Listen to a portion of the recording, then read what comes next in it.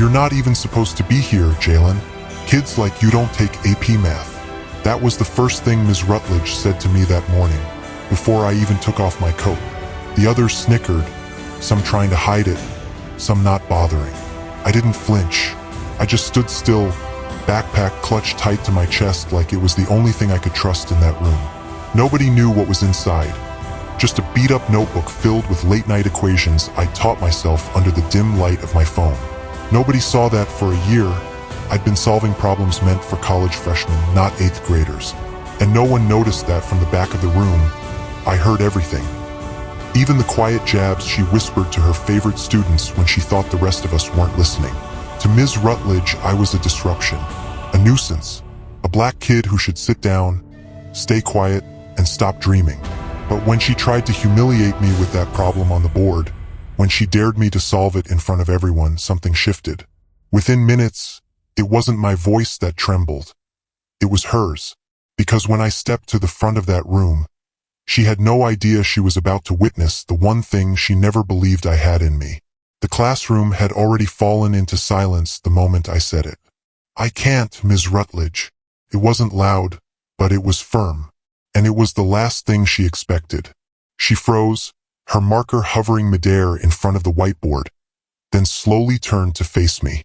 A hush fell over the room so heavy you could hear the air conditioning hum in the ceiling vents.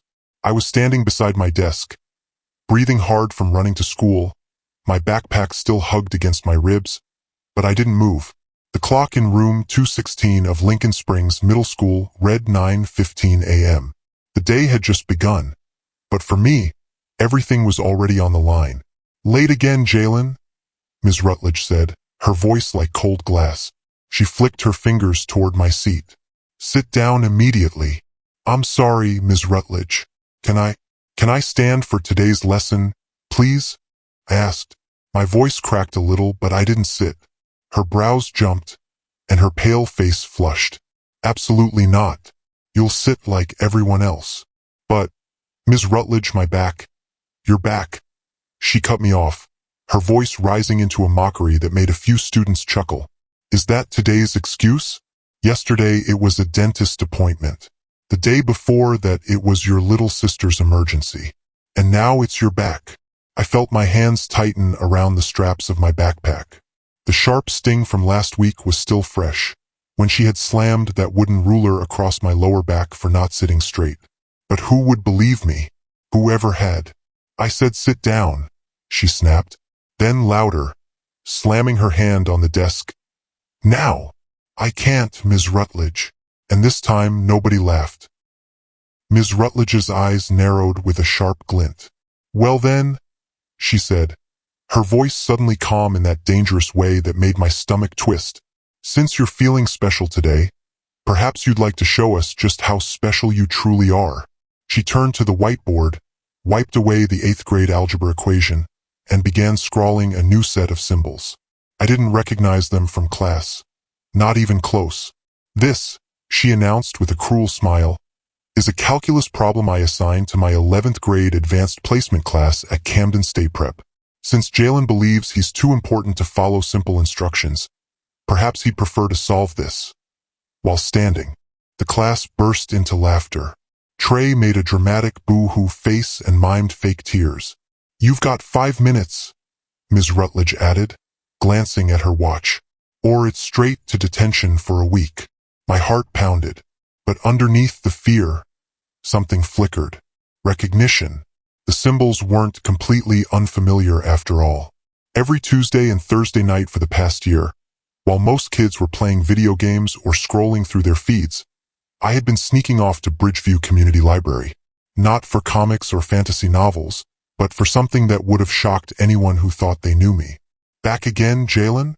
Mrs. Doyle, the elderly librarian, would greet me with a nod and a knowing smile as I headed straight to the math section. My love for numbers had started when I was just 7, watching my dad measure boards for a porch he was building. "Math is the language of the universe, son," he told me. "Even when people don't make sense, numbers always do." At home, we shared a 2-bedroom apartment on the south side of Brighton Hill. Mom worked double shifts as a nursing assistant, Dad picked up whatever construction jobs he could find. They never had time to come to school meetings or open house nights, and Ms. Rutledge took that to mean they didn't care. But what she didn't know was that the walls of my room weren't covered in basketball posters or rap artists. They were layered with printouts of math theorems and equations I found online. 3 months ago, someone had left behind an advanced calculus textbook at the library. I opened it out of curiosity. What I found inside changed everything. The graceful arcs of integrals, the power of derivatives. It was like finding a secret language I somehow already knew. It was hard at first, sure. But I saw patterns. I learned from free online videos, posted questions on math forums. I'd work on problems until midnight, my phone's flashlight barely enough to see, careful not to wake my little sister on the bunk above me. "Jalen, dinner." Mom would call from the kitchen. I'd slide my notebook under the bed. Not because I was ashamed, just because I didn't want them to worry. One night, Dad walked in unexpectedly and saw me scribbling on a page full of symbols. "What's all this?" he asked, squinting. "Just stuff I'm learning," I said, bracing for him to tell me to focus on real homework. Instead, he sat down and looked at the page in silence. Then he nodded and said, "Keep going. Your mind is going to take you places my hands never could." From then on, they supported me in quiet ways. Mom brought home donated workbooks from the hospital's lost and found bin. Dad double-checked his job site measurements out loud just to let me correct him. At school, though, no one knew. I was just another kid who didn't speak up much, unless I was being called out. But now, as I stared at that board in Ms. Rutledge's classroom with 25 sets of eyes on me, my secret was about to come out. The room was silent, except for the ticking of the clock. I stood frozen, but my mind was already racing, recalling every video, every problem, every late-night scribble. This was a substitution problem. Complicated, yes, but not impossible. For minutes left, Ms. Rutledge announced sweetly, her voice dripping with satisfaction. "Maybe next time you'll think twice before acting out." I barely heard her. My mind had locked onto the solution pathway. Slowly, I stepped forward. I picked up the marker with trembling fingers. A few students whispered, "He's actually trying?" Someone muttered. Laughter rippled again. Ms. Rutledge leaned back on her desk, arms crossed. "The clock is ticking, Jalen," she said. I took a breath and began to write. My hand moved with shaky determination, the marker gliding across the board. I wrote each step carefully. Substitution, integration, simplification, just like I'd practiced 100 times at home. The classroom grew quieter with every stroke. Even Trey, who never missed a chance to laugh, had stopped whispering. The smirks were fading, replaced by confused stares. "What's he doing?" someone muttered. "That can't be right," another voice replied. But I kept going line after line, blocking out the doubt and the eyes, the ache in my back, the threat of detention. All I saw were symbols. All I heard was rhythm. Solving math had always been like slipping into another space. The pain dulled. The noise vanished. Even Ms. Rutledge's presence faded. In this moment, it was just me and the math. 3 minutes passed. I drew a line under my final answer twice and stepped back. The room held its breath. Ms. Rutledge stood abruptly and marched to the board, heels clicking like gunshots.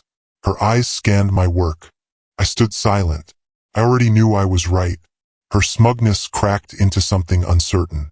This is, she murmured, rereading my steps. Her face hardened suddenly. "Where did you copy this from, Jalen?" she snapped. "Did you memorize this? Is this some kind of prank?" "No, ma'am," I answered softly. "I just solved it." "Impossible," she said, her voice rising. "You're barely passing my regular 8th grade class. There's no way you could do this." "But I did," I said, this time with a little more strength. "It's just substitution." And then, "Enough," she barked. "I don't know how you're pulling this off, but I won't tolerate cheating in my classroom." "I'm not cheating," I said, defiance rising in my chest.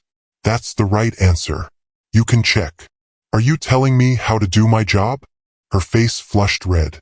She yanked the marker from my hand and started scribbling over my work, wiping away the proof line by line. Then, in one sharp motion, she grabbed the scratch paper I'd been holding and tore it clean down the middle. Principal's office. Now, for cheating, disrespect, and disrupting my class. I stood frozen as the torn paper fluttered to the floor. Around me, classmates stared, stunned. And something had shifted in Trey's face. Confusion, maybe even respect. But before I could say a word, a voice came from the back. Ms. Rutledge. It was Brianna, soft-spoken, always quiet. What if Jalen actually solved it? Ms. Rutledge turned her glare on her like a laser. Not another word. Still trembling, I gathered my backpack and walked toward the door. Behind me, proof of my answer lay in pieces on the tile floor. I sat outside the main office on the stiff wooden bench, arms wrapped tight around my backpack. The hallway was quiet, just the distant hum of fluorescent lights. Through the frosted glass of Principal Langley's door, I could hear Ms. Rutledge's voice rise and fall in sharp bursts. He refused to sit. Then he somehow solved a college-level calculus problem. There's no way it was legitimate. Principal Langley's deeper voice followed. And you're certain he cheated? Absolutely, she replied. Jalen has been a C- student all year. Suddenly he's doing college math? Please. I closed my eyes. She'd never believed in me. But this time, I'd actually done something right. And she was punishing me anyway. The door opened. Come in, Jalen, Principal Langley said, his voice tired. I entered slowly. My back still throbbed from last week's strike. Ms. Rutledge sat upright, lips pressed tight in a perfect line. Ms. Rutledge has explained the situation, Principal Langley began. Do you have anything to say for yourself? I took a breath. I didn't cheat. I solved the problem. That's ridiculous, she cut in. He's never shown any talent in class. Not in class, I said. But I've been studying on my own. For almost a year. Oh, please, she scoffed. What's next, Jalen? Secretly working for NASA. Principal Langley raised a hand. Jalen, why didn't you sit when asked? I hesitated, glanced at her. The warning in her eyes was clear.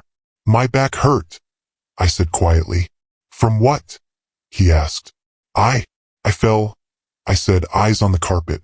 She's lying, Ms. Rutledge cut in. He's making this up to avoid discipline.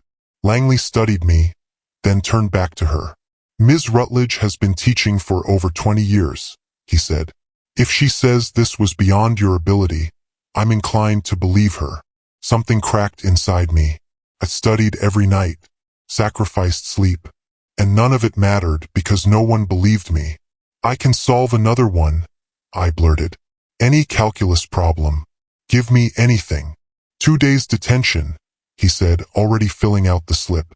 And consider yourself warned about academic dishonesty. His pen had barely left the paper when a soft knock interrupted us. The door opened. A young woman stepped in. Sorry to interrupt, she said. I heard Jalen was here. It was Ms. Reyes, my science teacher. Her eyes found mine immediately. Concern. Real concern. She looked at the detention slip. What happened? Just a disciplinary matter, Ms. Rutledge said quickly. Ms. Reyes frowned.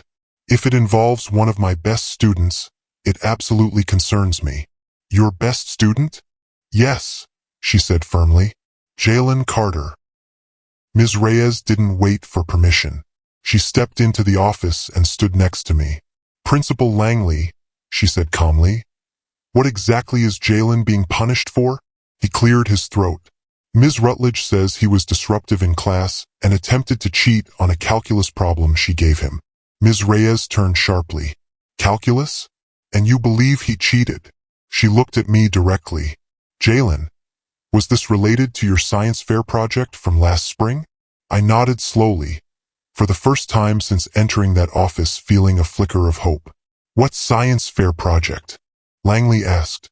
Ms. Reyes smiled slightly. Jalen's project on mathematical modeling of plant growth. It won 3rd place overall, but first in the mathematics category. It included differential equations most high school seniors would struggle with. Ms. Rutledge's mouth opened, but no words came out. I discovered Jalen's talent last year, Ms. Reyes continued. He used advanced formulas in his lab reports that weren't in our curriculum. When I asked, he showed me his notebooks. She turned back to me. You're still keeping those, right? I nodded again, more confidently this time. He's barely passing my class, Ms. Rutledge snapped. Because your class bores him, Ms. Reyes replied bluntly. Jalen's working well above your level. Langley looked stunned. Why wasn't this brought to my attention? Jalen asked me not to, Ms. Reyes said gently. He doesn't like being the center of attention. She turned to me again. But I can't let you be punished for something you didn't do. The air in the room shifted. Langley looked thoughtful. Ms. Rutledge, on the other hand, seemed to grow colder. That still doesn't excuse his refusal to follow classroom rules, she said. Actually, Ms. Reyes replied, I'd like to know more about that too. She turned back to me. You said your back hurt? I shifted, wincing at the movement. Jalen, she said gently, would you mind showing us? This is ridiculous, Ms. Rutledge snapped. We're wasting time. But Langley raised a hand. Please, Jalen. Reluctantly, I lifted the back of my shirt just enough to reveal the marks. Angry, red welts stretched across my lower back. Ms. Reyes gasped. Langley stood. Who did this to you? He asked, though his eyes had already landed on Ms. Rutledge. I fell, I said, my voice flat. Jalen, Ms. Reyes said softly. No one gets those marks from falling. Ms. Rutledge jumped in. This is outrageous. He could have gotten those anywhere. At home, in a fight. That's enough, Langley said, jaw tight. Jalen, did this happen at school? I stared at the floor. Last week, I whispered. I couldn't solve a problem fast enough at the board. The silence in the room was thick and heavy. Ms. Rutledge gathered her things quickly. This meeting is no longer productive, she said stiffly. Sit down, Ms. Rutledge, Langley said. We're far from finished. He turned to Ms. Reyes and me. This is a serious matter that will require formal investigation. But first, he paused. First, we need to address the academic side of this. He looked at me. Jalen, do you believe you can solve advanced calculus problems? Yes, sir, I replied. Then I propose a test, he said. A fair, supervised evaluation to remove any doubt. Ms. Rutledge scoffed. Fine. I'll write the exam myself. Actually, Ms. Reyes said calmly, it might be better if someone else prepared it. Are you questioning my integrity? Ms. Rutledge snapped. I'm suggesting we eliminate the appearance of bias, Ms. Reyes replied. For everyone's sake. Langley nodded. You'll prepare the exam, Ms. Rutledge, but I'll review it myself. Jalen, would tomorrow morning be acceptable? I nodded slowly. Good, he said. I'll contact your parents about the physical marks, and the detention is suspended, pending the results of the test. Ms. Rutledge stood stiffly. If you're going to allow this farce, I want the exam done properly.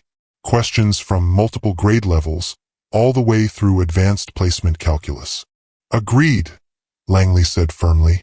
But if Jalen passes this test, we will have serious conversations about your methods. As I walked out with Ms. Reyes, I felt a strange mix of relief and dread. Tomorrow everything could change. Behind us, Ms. Rutledge's voice rose again. This is outrageous. My reputation. Whatever Langley said in response was too quiet to hear.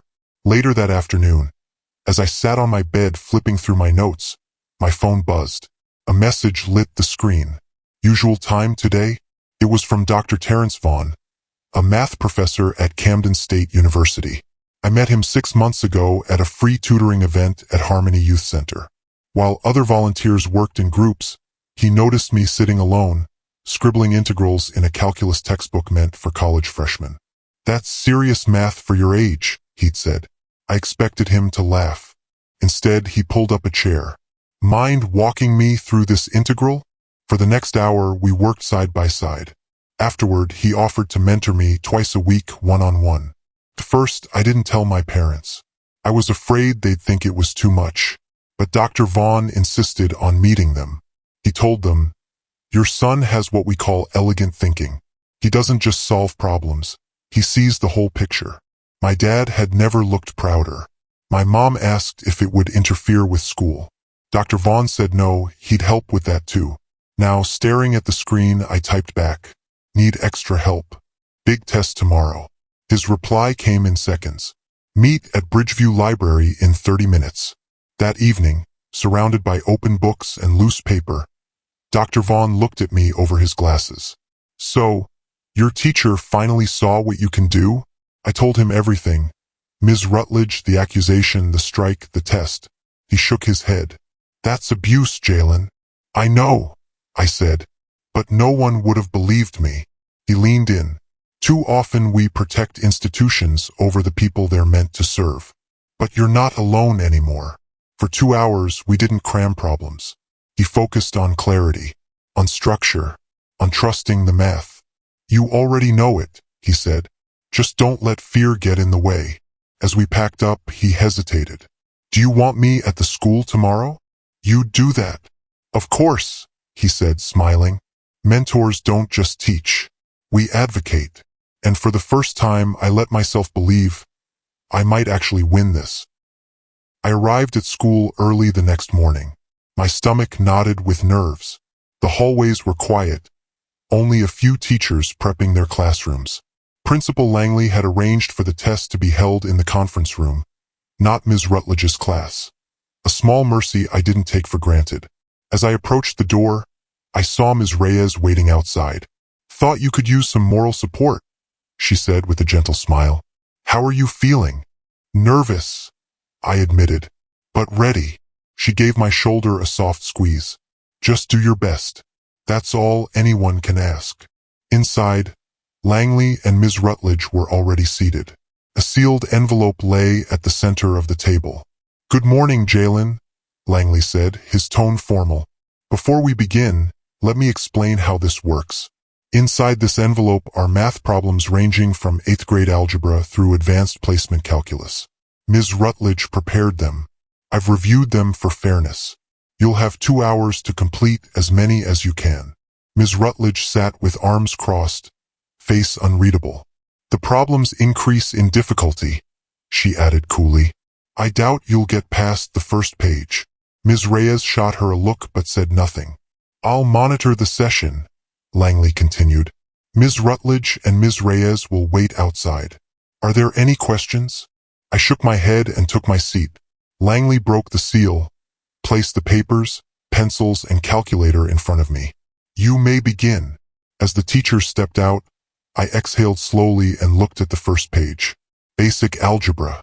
Insultingly easy. I finished it in minutes. The next page, more complex algebra and some basic trig, also well within my comfort zone. By page 3, we hit pre-calculus. I slowed slightly, double-checked my work, but kept moving. Page 4, calculus. This was the real test. But these problems looked familiar variations of the exercises I'd done with Dr. Vaughn. Outside the room, Ms. Rutledge paced while Ms. Reyes sat calmly with a journal in her lap. "This is a waste of time," Ms. Rutledge muttered. "He's probably staring blankly at the first page. Why does his success bother you so much?" Ms. Reyes asked without looking up. Ms. Rutledge froze. "Excuse me? You've been teaching for 20 years, Ms. Reyes said. "Your reputation is solid. Why does the idea of Jalen excelling upset you?" Before Ms. Rutledge could answer, Langley opened the door. "He's asking for more paper," he said. "He's finished the entire test." "Impossible," Ms. Rutledge gasped. "It's been less than 40 minutes. "Nevertheless," Langley replied, grabbing a fresh stack from the cabinet. "He's completed all the problems and is now showing alternate solutions." As he disappeared inside again, Ms. Rutledge's composure cracked. "He must have cheated. Maybe a phone." "He was searched before entry," Ms. Reyes reminded her. "And Principal Langley hasn't left his side. You might have to accept you were wrong." Inside, I was in the zone. Anxiety melted away. Each solution flowed naturally. For every calculus problem, I wrote 2 or 3 methods explaining my logic in neat handwriting. An hour ahead of schedule, I put the pencil down. I felt something I hadn't in a long time, peace. Whatever came next, the truth was on paper. Langley collected the test. I'll make copies for review. We'll meet again at lunch. As I stepped into the hallway, I noticed a few students peering curiously from a distance. Word had spread. For once, I didn't mind the attention. I wasn't being noticed for getting in trouble. I was being seen for solving something. At 12:30 sharp, I returned to Langley's office. Ms. Rutledge sat stiffly, test in hand. Ms. Reyes sat beside her, nodding to me warmly. "Please sit," Langley said, gesturing to a chair with a cushion. I eased down, back still tender, and nodded my thanks. "I've reviewed your work," Langley began. "So have Ms. Rutledge and Ms. Reyes. But before we speak, Jalen, do you have anything to say?" I glanced at Ms. Rutledge, then shook my head. "No, sir. The work speaks for itself." "Indeed it does," Langley said. "You not only solved every problem correctly but included alternate methods for the advanced ones. Ms. Reyes, your thoughts?" She leaned forward. "Jalen's work shows deep understanding. His alternate solutions are creative and intuitive, far beyond procedural memorization." Langley turned. "Ms. Rutledge." She cleared her throat. "The algebra and trig sections are correct. The calculus is technically accurate. But what?" Ms. Reyes asked. "The problems were yours. The room was secure.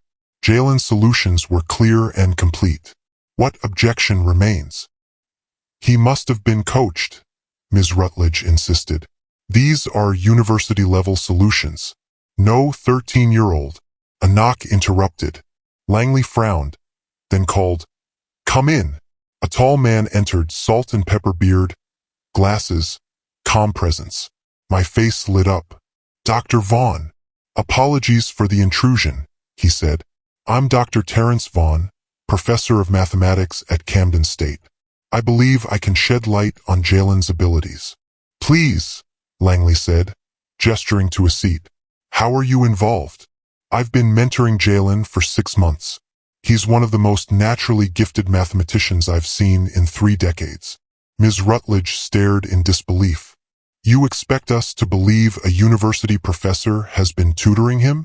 "Not tutoring, mentoring," Dr. Vaughn corrected. "Jalen doesn't need remediation. He needs challenge and guidance." Langley handed him a copy of the test. Dr. Vaughn read in silence, then nodded. "Excellent work. Problem 17 in particular, very elegant. This is Jalen's voice. I've seen it in every session." He looked up. "I'd place his skills on par with a second-year university math major." Ms. Rutledge made a sound between a gasp and a protest. "This is absurd. He was just another student." "He was never just another student," Dr. Vaughn said gently. "He's a gifted mind that your system overlooked." Langley took a deep breath. "We now have overwhelming evidence. Jalen's work is legitimate, and I owe you an apology." He turned to me. "We failed you, and I'm truly sorry." Those words meant more than any score or trophy. I nodded, blinking fast. "What happens now?" Ms. Reyes asked. Langley sat straighter. "First, we build a program that challenges Jalen at his level. Second," he looked at Ms. Rutledge, who had gone pale, "we begin a formal investigation into the physical abuse." "There's no proof," she whispered. "There will be," he said. "And I'll speak with Jalen's parents today." He turned to Dr. Vaughn. "Would you continue working with us?" "It would be my privilege," Dr. Vaughn replied. As we stood to leave, Ms. Rutledge remained seated, her world, her certainty, crumbling around her. By the next morning, everyone at Lincoln Springs Middle School seemed to know. Students stared as I walked the halls. Some pointed, others nodded. Even Trey, who once laughed the loudest, gave me a silent thumbs up during lunch. I wasn't used to the attention, but this time it didn't feel like a target on my back. Felt like something new, respect. A girl I didn't even know slid into the seat across from me. My brother's in calculus at the high school, she said. He didn't believe me when I told him about you, so he sent this. She handed over a notebook. He says it's hard. I flipped it open. It's a partial differential equation, I said, almost smiling. Not that complicated. I picked up a pencil and started working through it as a few more students gathered around. Meanwhile, in the admin wing, things were more serious. My parents sat across from Principal Langley, their faces tense. Langley placed the nurses' photos on the desk, images of the welts across my back. My father clenched his fists. We trusted this school, he said. We moved to this district for the schools. My mother blinked back tears. He kept saying he didn't want to go. We thought he was being lazy. He never said it was the teacher. Langley nodded solemnly. I understand. We've begun a formal investigation. Ms. Rutledge has been placed on administrative leave. That's not enough, my father said. She struck our son. And when he proved her wrong, she tried to bury it. Langley slid a folder across the table. This is a new academic plan. Dr. Vaughn helped us design it. Inside were details. I'd attend advanced math classes at Brighton Hill High 3 mornings a week. I'd continue mentorship with Dr. Vaughn. And my middle school teachers would receive modified guidelines for engaging students working beyond grade level. My mother ran her fingers over the printed schedule. We never imagined this was possible for him. Your son is extraordinary, Langley said, and we failed to see that. I promise it won't happen again. Not to Jalen. Not to any other student. That evening, Ms. Rutledge sat alone in her apartment, the formal notice of investigation on the table beside her coffee mug. 27 years of spotless evaluations. Now this. Her phone rang for the 5th time. Another colleague. She didn't answer. She knew what they'd say, either shocked support or careful silence. She stared blankly until a knock interrupted. She opened the door and found Dr. Vaughn standing there. If you've come to gloat, I've come to understand, he said gently. May I? She stepped aside, unsure why she let him in. He declined coffee, settled into her armchair. I've taught for 30 years, he began. I've seen all kinds of students. Most learn steadily. A few struggle. And a rare few are born with something different. Jalen is one of those. Everyone keeps saying that, she replied bitterly. But what I can't understand, he continued, is why that frightened you. Why you needed to crush it. Her composure cracked. Because it made a mockery of everything I worked for. I spent decades mastering this field. He solved problems I didn't understand until college, and he's 13. Dr. Vaughn nodded slowly. Mathematics isn't about fairness. It's about truth. Some minds just see differently. That doesn't lessen your knowledge. But it makes you responsible for helping brilliance grow, not burying it. That truth hung in the room like a weight. At 7 p.m., the school board meeting began. The room was packed. Parents, teachers, students, reporters. I sat in the front row between my parents. Behind me were Ms. Reyes and several other teachers. Cameras flashed. Board President Eleanor Washington opened firmly. Tonight's agenda concerns the events at Lincoln Springs Middle School. We'll hear from Principal Langley, then the public, then render a decision. Langley stepped to the mic. What I share is troubling. A student was humiliated for refusing to sit. He was accused of cheating for solving a problem his teacher believed impossible. He had physical marks on his back. And yet, he also demonstrated college-level mathematical ability. Our system failed to protect and recognize him. Murmurs echoed across the room. That student is Jalen Carter. And what happened to him must never happen again. My father was first to speak. My son stayed quiet because he thought no one would believe a black boy over a white teacher. His voice cracked but held firm. This isn't just one teacher's failure. It's a system that asks kids like mine to prove their worth twice as hard and still doubts them. Ms. Reyes followed. We must build systems that spot brilliance early, especially in places we don't expect. One parent after another voiced anger, sorrow, resolve. Then, to my surprise, Trey walked to the mic. I'm in Ms. Rutledge's class, he said awkwardly. I laughed when she picked on Jalen. I thought that was just how teachers kept order. But now, I feel terrible. If even kids like me saw it, why didn't the adults? His question floated in the air like a quiet indictment. The room fell silent. President Washington stood. The board has reviewed the evidence. First, Ms. Rutledge is terminated immediately. Her case will be referred to the licensing board. Second, we're implementing district-wide reforms. Mandatory abuse reporting training, a ban on physical discipline, gifted student identification procedures, and anonymous student reporting systems. She looked directly at me. Jalen, on behalf of this board, I'm deeply sorry. You were failed, but your voice is helping fix what's broken. After the meeting, dozens of people came up to shake my hand, ask questions, say sorry. For the first time, I didn't want to disappear. At home, Mom reached from the front seat and squeezed my hand. I'm proud of you. Not for being smart, we always knew that, but for being brave. I wasn't brave, I said quietly. I never said anything. You didn't give up, my dad replied, meeting my eyes in the mirror. You kept going. That's courage. 3 months later, Lincoln Springs looked different. New posters lined the halls. About respect, empathy, voice. A talent identification program had begun. 17 students across the district had already been flagged for exceptional potential. But the biggest change was in how people acted. Teachers asked more questions. Students felt safer speaking up.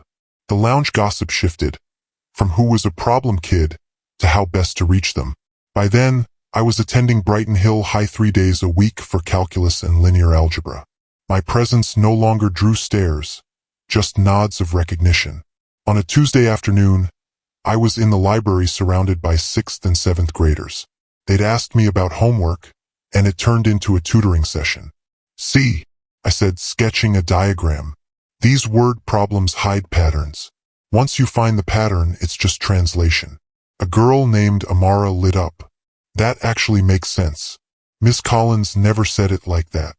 Everyone learns differently, I told her. Maybe this way works better for you. From the nearby table, Ms. Reyes watched quietly, pride in her eyes.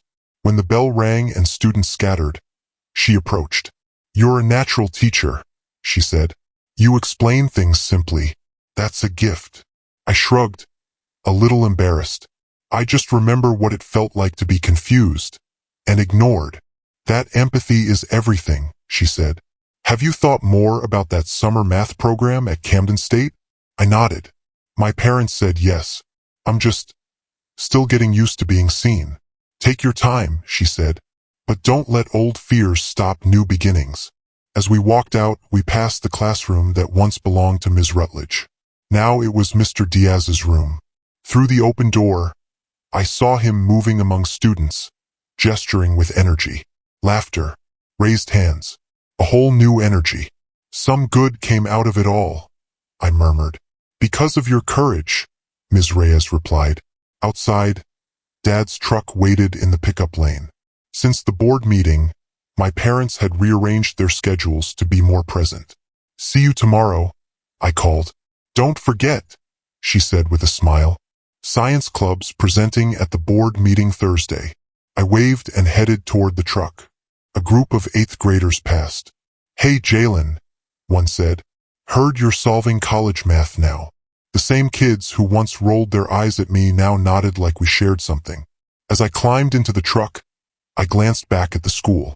The memory of standing in that classroom, hands trembling, back burning, eyes locked on a calculus problem I was never meant to solve. It felt like a lifetime ago. That moment had started it all.